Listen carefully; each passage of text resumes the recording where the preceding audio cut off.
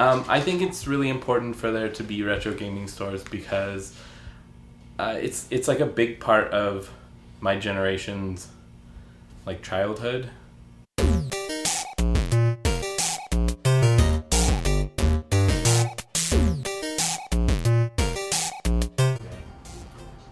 I mean, you're going to get more money off eBay, but I'll work out a fair good deal for you. That way you don't have to bother with it. My name's Austin. I'm the store manager here at Tallahassee Movies and Games.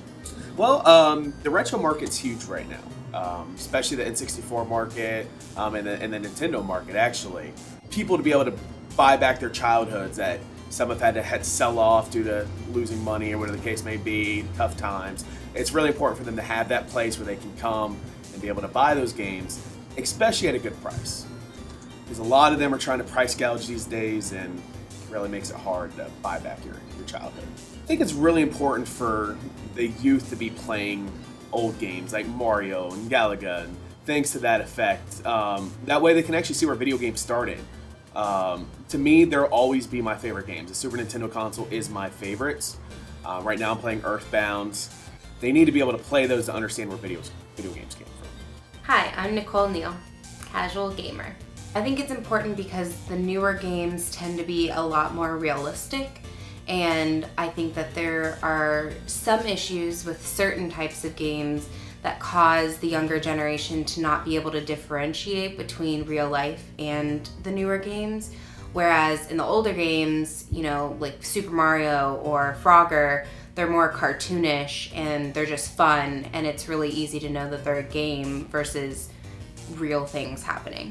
I'm Andrew Mancuso, casual gamer. It's really hard to find old games, especially ones like when you were a kid, your parents wouldn't buy you, or you know, your parents were like, oh no, that's too expensive. And now you can go out and find them, and you know, it's like $5 for a game, and you get just as much fun playing it now as you did when you were a kid. If I had to have dinner with anybody, probably be Ness from Earthbound. Ness is that one guy that wakes up in the middle of the night to an alien invasion, and then he goes on this great quest because something's telling him to. I really would like to know what his mind frame was when this kid is just waking out of bed to go save the world because something is telling him, hey, you're meant for great things. So. Miss Pac-Man, because she eats a lot of fruits.